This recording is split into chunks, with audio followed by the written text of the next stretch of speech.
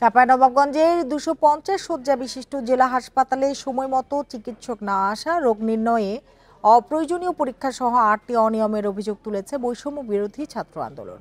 সকালে জেলা প্রেস ক্লাবে এক সংবাদ সম্মেলনে অভিযোগ করেন তারা। পরে হাসপাতালে তত্ত্বাবধায়কের কাছে স্মারকলিপি জমা দেওয়া হয়। বৈষম্য বিরোধী ছাত্র আন্দোলনের যুগ্ম আহ্বায়ক সাকির আহমেদ বলেন, জুলাই অভ্যুত্থানের পর দীর্ঘ সময় পার হলেও চাঁপাইনবাবগঞ্জে চিকিৎসা খাতে কোনো সংস্কার হয়নি। সম্প্রতি এ বিষয়ে হাসপাতাল কর্তৃপক্ষের সঙ্গে কথা বলতে গেলে একজন চিকিৎসক তাদের সঙ্গে দুর্ব্যবহার করেন। এদিকে দাবিকৃত সকল সংকট সমাধানে 7 দিনের সময় চেয়েছেন হাসপাতাল কর্তৃপক্ষ। সবগুলো অভিযোগ নিয়ে আমরা কাজ করেছি এবং করে যাচ্ছি এবং ইনশাল্লাহ আমরা আগামী 7 দিনের মধ্যে এই সমস্যার সমাধান থেকে বের হয়ে আসতে পারব।